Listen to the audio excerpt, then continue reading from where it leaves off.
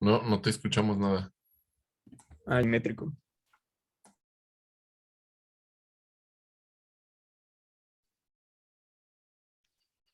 Las técnicas del análisis térmico son aquellas en las cuales una propiedad física de una sustancia o sus productos de reacción se miden en función de la temperatura.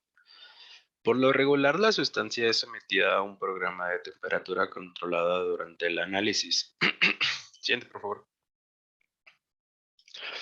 Existen diferentes tipos de análisis térmico y se distinguen entre sí por la propiedad que se mide. Análisis térmico dieléctrico, que mide la permitividad dieléctrica y el factor de pérdida. Análisis térmico diferencial, que mide la diferencia de temperatura o tiempo. La calorimetría diferencial de barrido, que mide cambios de... Ahora, Ahí voy, es que, a ver, no. se movió mucho. Ya.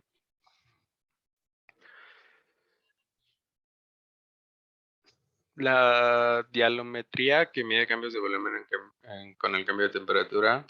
El análisis mecánico dinámico, que mide el módulo de almacenamiento y módulo de pérdida en función de la temperatura, el tiempo y la frecuencia.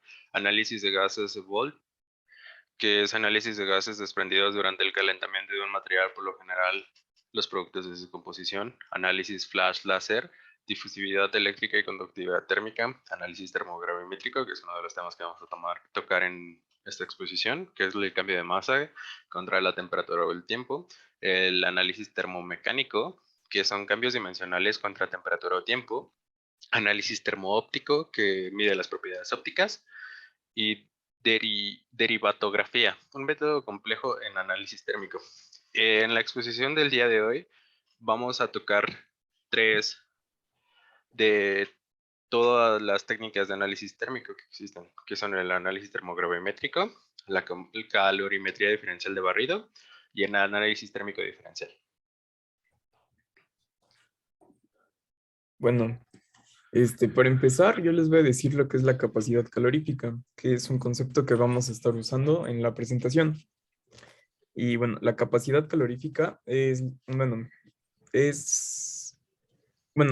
con la ecuación se puede entender que es una relación entre el calor suministrado a un cuerpo y la diferencia de temperatura que hay. Lo que esto implica es que es la cantidad de calor necesaria para elevar la temperatura de un cuerpo, que es algo que vamos a usar mucho en DSC, por ejemplo. También nos interesan las transiciones de primer orden y segundo orden, que simplemente son las derivadas de la energía libre de Gibbs respecto a algo. Para las de primer orden, generalmente son en transiciones sólido, líquido y gas.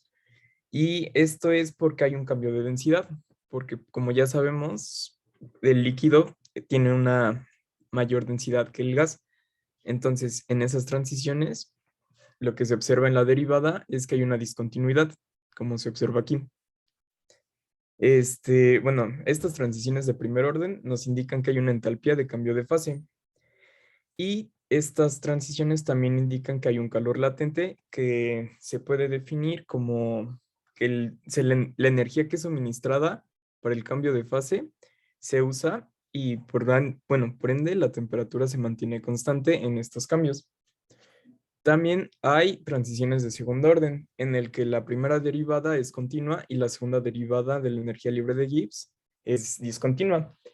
Estas transiciones generalmente son para otro tipo de materiales, como lo son metales, bueno, de metales a superconductores o superfluidos.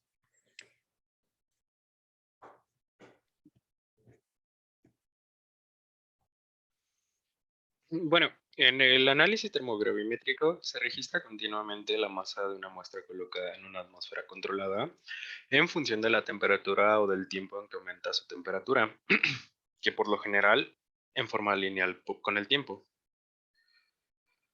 La representación de la masa o del porcentaje de la masa en función del tiempo se denomina termograma o curva de descomposición térmica. Se usa una balanza muy sensible y un horno especial En algunos instrumentos, el plato de la balanza es intercambiado por un sensor de DSC. Esto es la primera figura son los componentes de una termobalanza. El brazo de la balanza es A, B es la copa y el portamuestra, C un contrapeso, D la lámpara y los fotodiodos, E una bomba magnética, F un imán permanente. Los sistemas de adquisición de datos de proceso y de proceso de datos y de control de la computadora son G, H e I. Y el componente J es la impresora y la pantalla. Siguiente, por favor.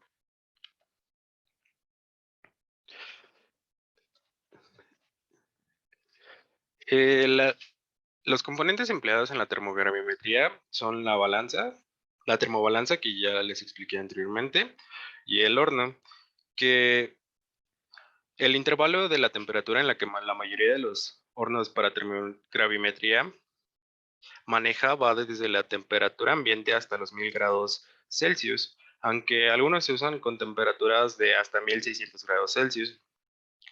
A menudo las tasas de calentamiento pueden seleccionarse desde 0.1 grados Celsius por minuto hasta 100 grados Celsius por minuto. Algunos hornos pueden calentar hasta 200 grados Celsius por minuto. Para evitar la transferencia de calor a la balanza es necesario aislar y refrigerar el exterior del horno. Por lo regular se utiliza nitrógeno o argón para purgarlo y evitar la oxidación de la muestra. En algunos análisis es necesario cambiar los gases de purga a lo largo del proceso. Y algunos instrumentos para la termogravimetría cuentan con sensores que permiten realizar análisis de DSC al mismo tiempo que la TGA. La temperatura y esto es con control de temperatura y manipulación de los datos. La temperatura registrada en un termograma es idealmente la temperatura real de la muestra. En principio, dicha temperatura puede obtenerse al introducir un pequeño termopar directamente en la muestra. Sin embargo, este procedimiento rara vez se sigue debido a las posibles descomposiciones catalíticas de las muestras, la posible contaminación de las mismas y a los errores al determinar el peso que se genera en las terminales del termopar. Siguiente, por favor. Bueno, como les había dicho que en el análisis termogravimétrico se registra continuamente la masa con función la temperatura en una atmósfera controlada. Aquí tenemos ejemplos de dos termogramas. En el primero se muestra, el primero, que es el del lado izquierdo, se muestra en una atmósfera controlada una muestra de carbón bituminoso, que primero, para evitar la oxidación del carbono, se manejó en una atmósfera de nitrógeno aumentando la temperatura en función del tiempo, y los primeros 18 minutos se mantuvo la atmósfera de nitrógeno para evaporar humedad y algunos compuestos volátiles que estuvieran absorbidos al carbón. Lo que se realizó después fue cambiar la atmósfera de trabajo para oxidar el carbono, y de esta forma la masa que se perdió fue algún tipo de carbón fijado que estaba en la muestra del carbón bituminoso.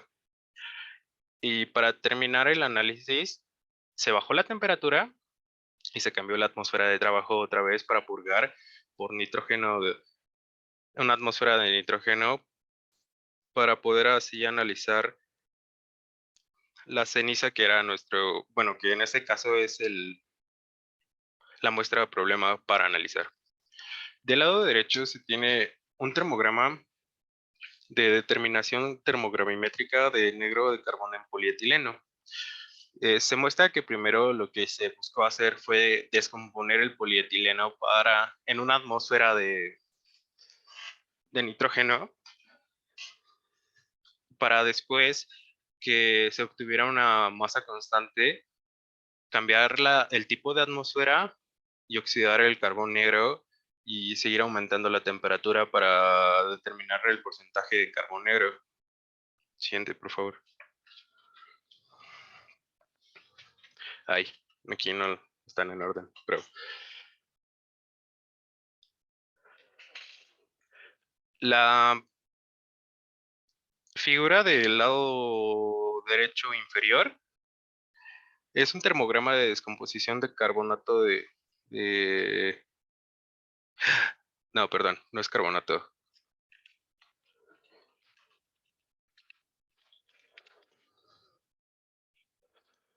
Bueno, de un compuesto de calcio. Monohidratado, no, sí, monohidratado. Puro, a una tasa de... A una tasa de 5 grados Celsius sobre minuto. La- Las regiones horizontales perfectamente definidas corresponden a los intervalos de temperatura en los que los compuestos de calcio que se indican son estables. Esta figura ilustra una de las aplicaciones más importantes del análisis termogravimétrico, que es la definición de las condiciones térmicas necesarias para obtener una especie pura. Y la figura que se encuentra por encima de ella se muestra una aplicación del análisis termogravimétrico al análisis cuantitativo de una mezcla de iones calcio, estroncio y bario. Los tres se han precipitado primero como oxalatos monohidratados, las cuales en el intervalo de temperatura de 320 y 400 grados Celsius, la masa en el intervalo de temperatura entre 320 y 400 grados Celsius corresponde a los tres compuestos anhídridos y la masa entre 580 y 620 grados Celsius corresponde al peso de los tres carbonatos. El cambio del peso en las dos etapas siguientes se debe a la pérdida del dióxido de carbono, ya que se forma primero óxido de calcio y a continuación óxido de estroncio. Del termograma se obtienen suficientes datos para calcular el peso de cada uno de los tres elementos presentes en la muestra. Y la figura que se encuentra a la izquierda de las dos corresponde a la derivada del termograma mostrado de la figura anterior. Algunas veces la curva de la derivada puede proporcionar información que no es detectable en un termograma ordinario. Por ejemplo, los tres picos a 180, 140, 180 y 205 hace pensar que los tres hidratos pierden humedad a diferentes temperaturas, pero todos ellos parecen perder dióxido de carbono de manera simultánea y por tanto dan un pico agudo a 450 grados Celsius. Como el análisis termogravimétrico es capaz de proporcionar información cuantitativa, la determinación de niveles de humedad es otra importante aplicación y se pueden determinar niveles del 0.5% y alguna vez menores. Siguiente. Bueno, ¿qué se puede obtener en general con un análisis termogravimétrico? Y esto depende de las condiciones en las que se vaya a trabajar o en las que se quiera trabajar, dependiendo de la muestra a analizar. Se puede obtener, por ejemplo, si hay un cambio de temperatura respecto al tiempo, la cantidad en la que gana o pierde humedad un compuesto, la composición química de un compuesto o si hay reacciones químicas en el compuesto.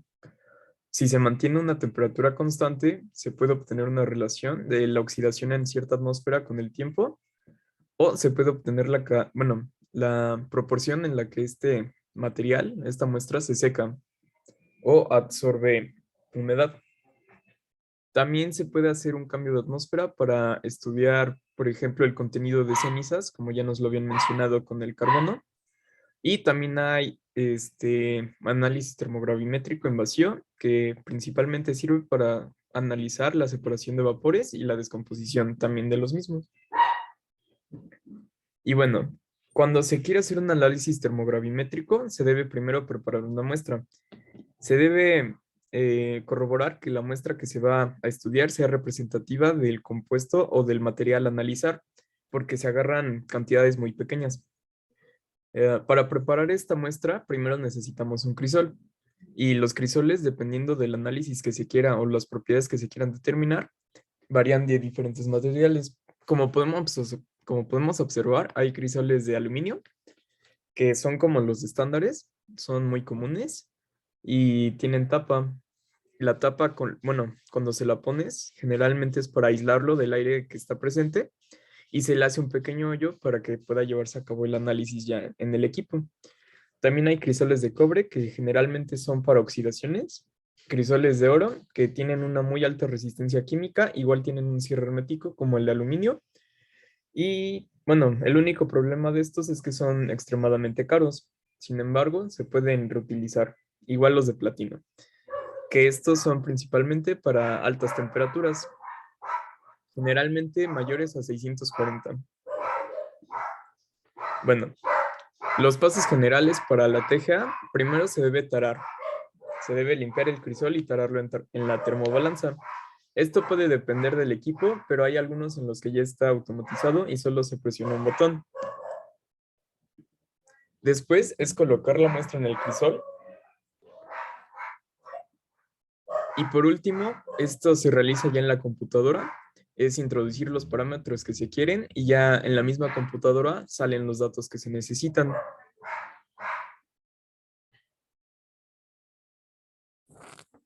Bueno, los usos del TGA, principalmente, bueno, uno de los principales usos es en la industria farmacéutica, el cual, por autoridades reguladoras farmacéuticas internacionales, requieren un informe genuino sobre las características térmicas de dicho fármaco. En principal importancia del análisis térmico es para tener en cuenta las temperaturas extremas que puede causar estragos en un producto farmacéutico, y también el TGA nos ayuda a que el compuesto médico pues tenga un estable sea estable en temperaturas altas. También nos puede ayudar si contiene impurezas no deseadas o alto contenido de humedad. Esta información es necesaria para cumplir los estándares de bioseguridad de los medicamentos. Siguiente, por favor. Otro importante uso de la TGA bueno, que se utiliza TGA en la industria de los plásticos. Más que nada el uso de la TGA para investigar productos como fibras, pinturas, productos petroquímicos y muchas otras mezclas poliméricas. Aquí la importancia del análisis térmico ayuda más que nada a proporcionar pistas que nos ayude para saber la durabilidad del producto. Siguiente, por favor. Otra es la fabricación y procesamiento de alimentos, procesamiento de alimentos, perdón. Por motivos similares, la industria alimentaria utiliza procedimientos analíticos térmicos para garantizar una calidad controlada. De igual manera, el TGA nos va a ayudar para proporcionar un análisis de composición y de contenido volátiles en los alimentos que vayamos a poder analizar. Siguiente, por favor.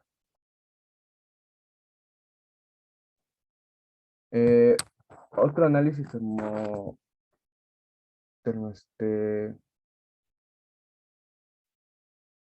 fue la palabra. Termoanalítico es calometría diferencial de barrido, o también conocido como DSC. Es una técnica que analiza el cambio de capacidad calorífica, lo explicó mi compañera Alex de CP, con la temperatura. Una muestra de masa conocida es calentada o enfriada, dependiendo de lo que se requiera, y los cambios de su capacidad calorífica se siguen con cambios en el flujo del calor. Los datos que obtenemos para esta técnica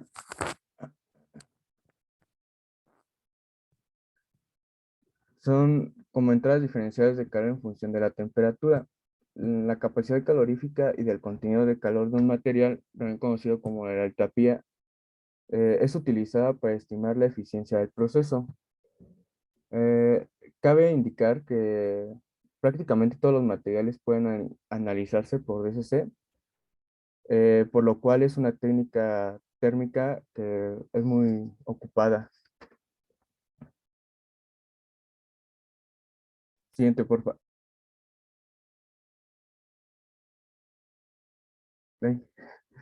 El análisis teórico del SC es representado como la cantidad de calor que es necesaria para que exista un aumento de temperatura, el cual es causado por esta misma, como delta T, como lo podemos ver en la imagen de la derecha eh, de la muestra. La temperatura de la muestra, que es representada como S, bueno, también dice muestra, es mayor que su cantidad de calor requerida para transferencia de QR, que es el calor que se le aplica a la muestra, al producto referencia.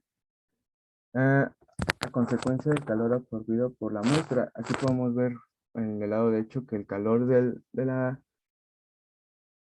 la muestra es igual al calor que se le aplica a la referencia más el delta del calor de todo nuestro sistema. Por eso corroboramos este hecho fragmento que acabo de leer. Siguiente, por más que nada, en el proceso práctico es casi idéntico que el de TGA que les acaba de explicar mi compañero Alex, pero la diferencia es un poquito más en la cámara bueno, está en dicho proceso. Mira, aquí podemos ver que ahí donde dice lead, eso es una tapa para cerrar nuestro, nuestro sistema, porque podemos ver el simple and pan, que es el sartén simple, que puede ser de los materiales ya mencionados, también aplica para esta técnica. Aquí nada más podemos ver el Chormel Disc, que es el disco Cromel. El Chormel Wire es un cable Cromel, que el Cromel es un compuesto que principalmente está hecho de níquel, que es un 90% níquel y 10% de cromo. Pues aquí están los cables de aluminio, el cual pues sirve como para medición de la temperatura o aplicar una diferencia de potencial para que la temperatura pues aumente y así. Aquí está el bloque calefactor, donde pues hace que la temperatura se mantenga constante, dicha pues la que se vaya a aplicar para este proceso. Ah, la unión junto con los cables de aluminio y el, el cable de cromel. Por otra parte tenemos el disco termoeléctrico que sirve como para compartir, si es la palabra correcta, la temperatura junto con el, este, el sartén de referencia y el sartén ¿cómo se llama? De muestra que tenemos. Y luego tenemos otro sartén de referencia, que es el pan reference. Y por último tenemos un hoyo un orificio, que es donde salen los gases de la purga de dicho proceso. Siguiente, por favor. Las recomendaciones para dicha operación de equipo, pues como ya lo mencionó mi compañero Alex, pues la superficie de contacto entre muestra y recipiente debe ser máxima para tener eh, buenas gráficas y que se puedan leer con claridad. La calibración del equipo se lleva a cabo con un metal de alta pureza y con entalpía y punto de fusión conocidos, pues ya así se hace una buena calibración y podemos tener unos buenos resultados. Otro punto es cuando la temperatura de cristalización o almacenamiento es diferente a la temperatura ambiente,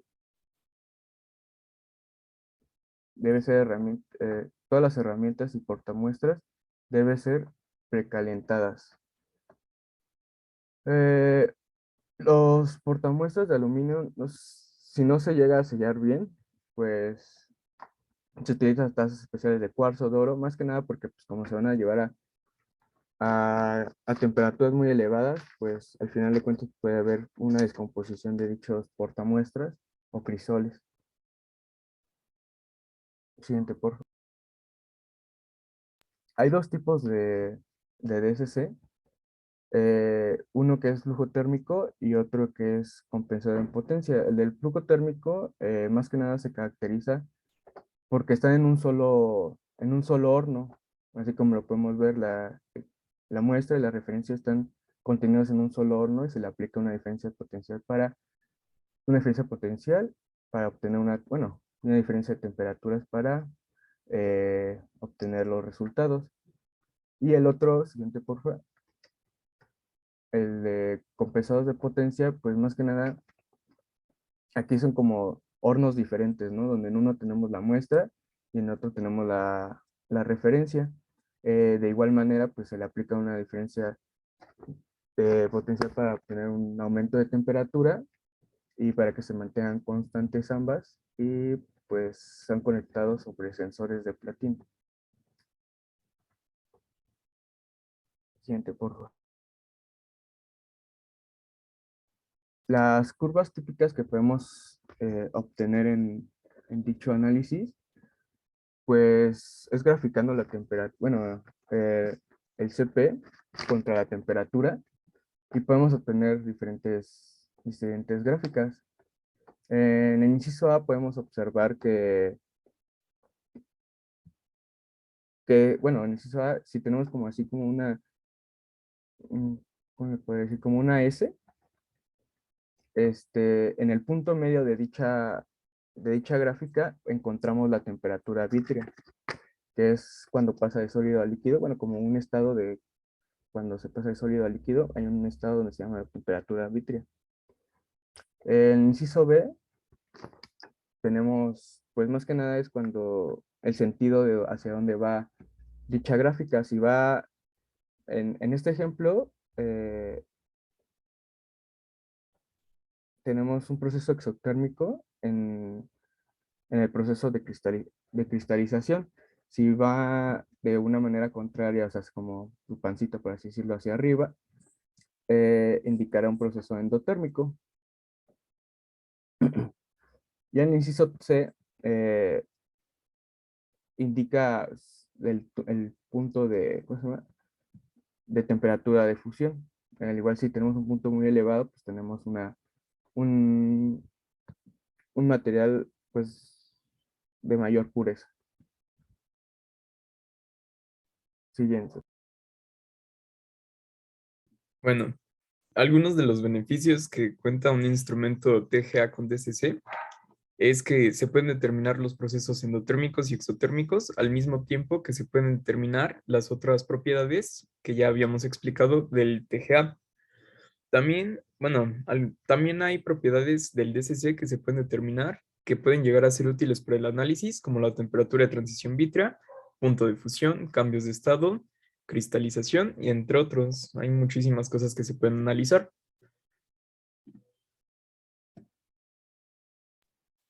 Hay muchas aplicaciones para el DCC, pero las claves son las siguientes, que son la caracterización de proteínas estables, la optimización de las condiciones de purificación y fabricación, el estudio de cristales líquidos, que pues por definición como transiciones entre estado sólido y líquido, también puede ser consideradas como un tercer estado, que es lo que les estaba diciendo, que es llamado como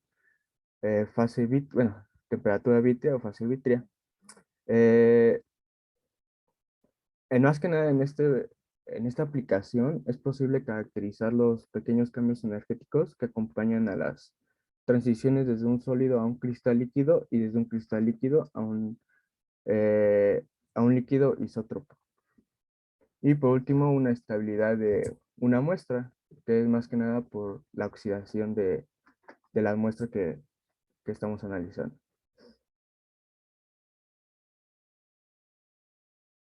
Siguiente. Bueno, yo les voy a hablar de cómo obtener algunos datos con estas gráficas. Aquí podemos observar, son tres gráficas. No son para un compuesto en particular, sino que son más bien como un ejemplo de cómo interpretarlas. Lo que se observa aquí es una gráfica de referencia, que es un material de referencia del cual ya se conocen varios valores. Y la de abajo es una gráfica del material a analizar. Lo que esto nos indica, bueno, estas gráficas se van graficando el calor con respecto a la temperatura y que bueno, como la pendiente de acá se observa está más pronunciada que la de acá, nos indica que este requiere un mayor calor, requiere mayor energía para subir su temperatura comparado con la referencia. Y bueno, en general para determinar el calor se usa esta ecuación, que es la diferencia de temperatura entre las muestras sobre la resistencia del disco termoeléctrico, que es donde se lleva a cabo la medición. Y bueno, ya en el análisis, la gráfica que se obtiene del, bueno, del procedimiento es esta, es una resta, es la diferencia de ambas. Y de esta gráfica también se pueden sacar visualmente diferentes valores. Por ejemplo, podemos obtener la capacidad calorífica, que, bueno, matemáticamente es la diferencia de entalpía entre la diferencia de temperaturas a una presión constante. Sin embargo, aquí se puede observar que es la capacidad calorífica al inicio y al final el valor de la diferencia de ambas es el que se obtiene, el que se puede obtener. También podemos obtener, por ejemplo, la entalpía y bueno, normalmente esta es el área bajo la curva. Se grafica, bueno, se hace una función y se integra usando ya la capacidad calorífica como lo indica esta ecuación.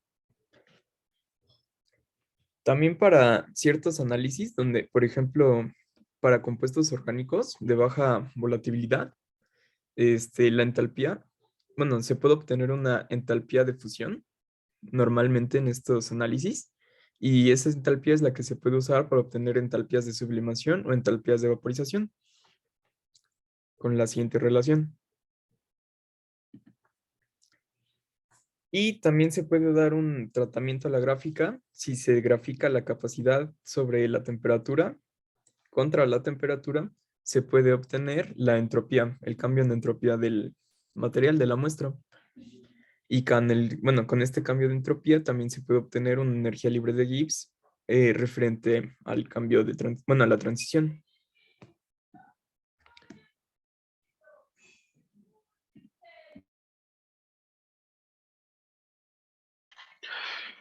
El siguiente tema es el análisis térmico diferencial, que es una técnica en la que se mide la diferencia de temperatura entre una sustancia y un material de referencia en función de la temperatura, cuando la sustancia y el patrón son sometidos a un programa de temperatura controlado.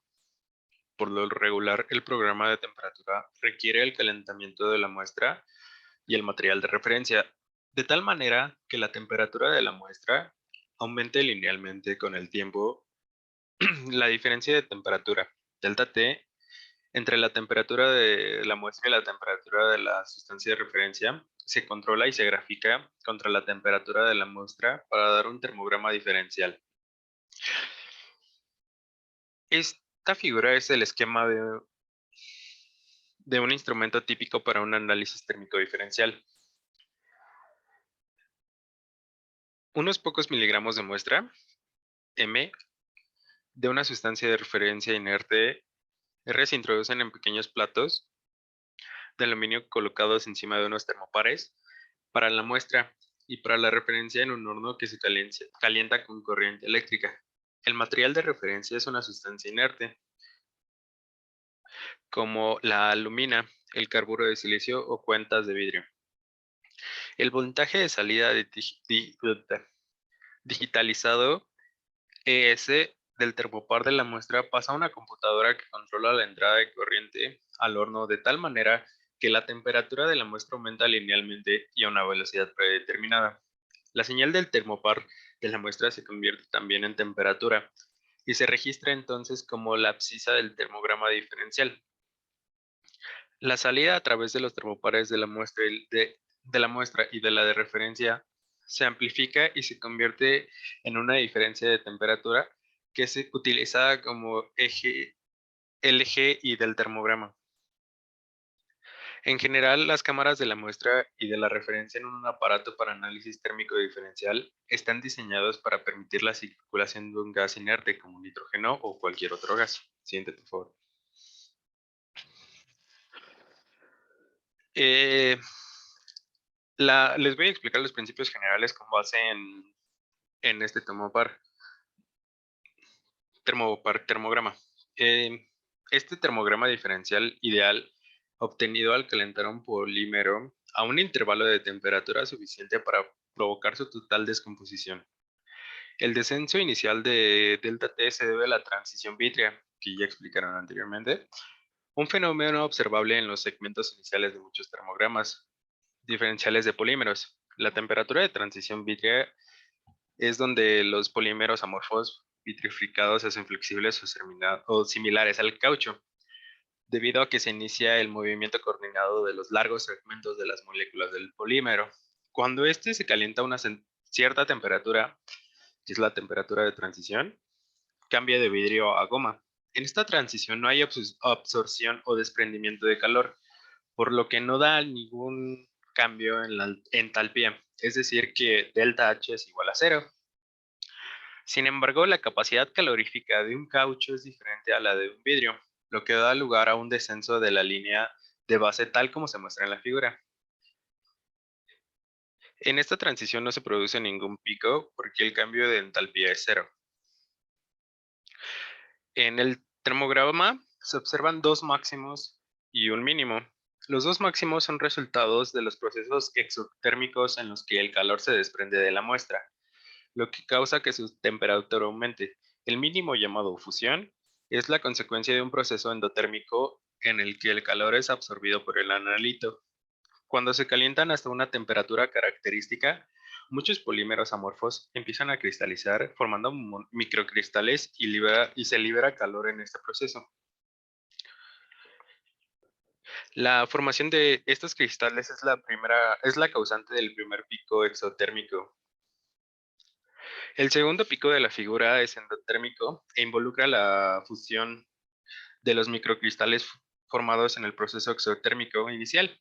Y el último pico es exotérmico y se produce solo si el calentamiento se efectúa en presencia de aire o de oxígeno. Es el resultado de la oxidación exotérmica del polímero. El cambio negativo al final de la temperatura se debe a la descomposición endotérmica del polímero para dar lugar a una gran variedad de productos. Siguiente, por favor. Este es un termograma diferencial del ácido benzoico, que es una de las aplicaciones en el análisis térmico diferencial, em, que en general es considerado más una técnica cualitativa. Es muy similar a la calorimetría de barrido diferencial, solo que aquí se miden propiedades cualitativas y el DSC es cuantitativo. Esta figura ilustra los tipos de cambios físicos y químicos que se producen, que se pueden estudiar en los materiales poliméricos, perdón, en cualquier tipo de material, no solo en un polímero. El análisis térmico diferencial se utiliza mucho en la industria de la cerámica de los metales. Esta técnica es apta para estudiar procesos a altas temperaturas y tamaños de muestras relativamente grandes. Un uso importante del análisis térmico diferencial está en la generación de diagramas de fase. ¿Qué es esto? Esto es un diagrama de fase que nos proporciona de una manera sencilla y exacta los puntos de fusión y ebullición y descomposición de compuestos orgánicos. En general, los resultados parecen ser más consistentes y más reproducibles que los obtenidos con una placa caliente o con un tubo capilar. En el presente termograma del ácido benzoico, la gráfica A es a presión atmosférica y la gráfica B es a 13.79 bares. El primer pico de ambas gráficas corresponde al punto de fusión del ácido benzoico, una presión atmosférica y el otro a 13 bares. Y el segundo punto es el punto de ebullición del ácido. El segundo pico, perdón, que a temperatura temperatura presión atmosférica es más endotérmico que a una presión atmosférica de 13 bars. Siguiente, por favor. Bueno, en resumen, estos análisis térmicos nos ayudan a identificar propiedades de los materiales, también nos ayudan a identificar materiales y también, bueno, ese es como un resumen de lo que podemos identificar. Y también podemos, bueno, con las propiedades que se tienen, se pueden, bueno, se extiende el análisis para obtener diferentes propiedades que se buscan, como por ejemplo puede ser la entropía o la energía libre de Gibbs, como analizamos en el DSC. Y estas son nuestras referencias. Gracias. ¿Dudas?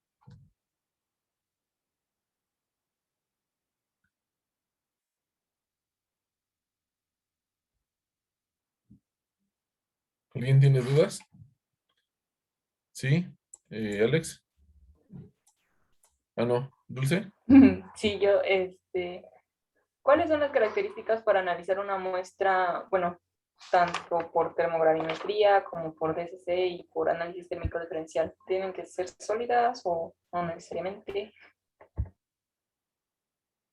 No necesariamente, más bien depende como, bueno, en general casi siempre son sólidos y una que otra vez son líquidos. Y bueno, porque se mide el cambio en la masa de estos. Pero bueno, justamente por eso son los crisoles, para poder almacenarlos bien. Porque, por ejemplo, si fuera un líquido y lo pones en algo que no fuera un crisol, pues se derramaría todo por ahí, pero ya en el crisol se mantiene y puedes realizar las mediciones de manera adecuada. Gracias.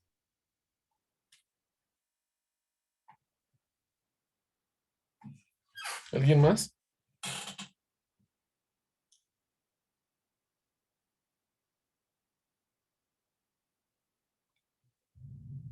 ¿Ya no hay más?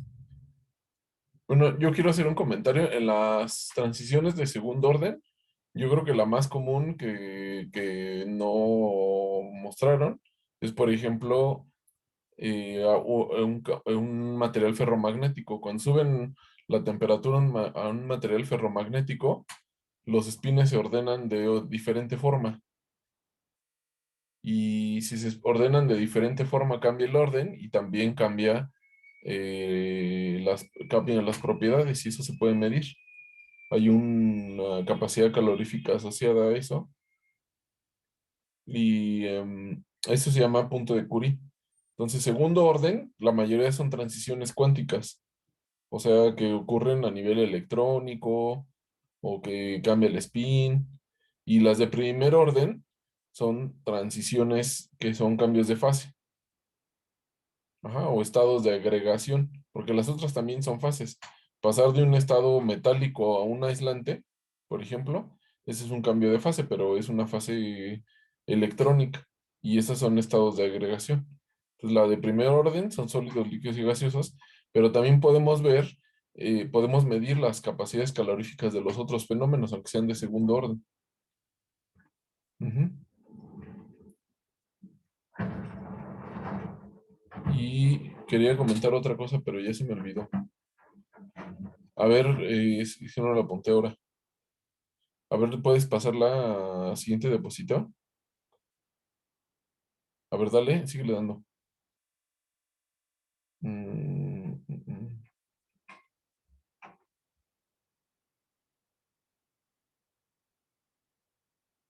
Bueno, ya se me olvidó. Pero, bueno, en un momento comentaron que bueno, ahí, en esa. Regrésale. La del diagrama. Ese. El cromel, el alambre de cromel, son aleaciones y eso, el alumel también son aleaciones. El de cromel es níquel cromo y el de alumel es níquel aluminio y otra, creo que manganeso. Ajá, y se utilizan esos cables o ese tipo de cables porque resisten altas temperaturas.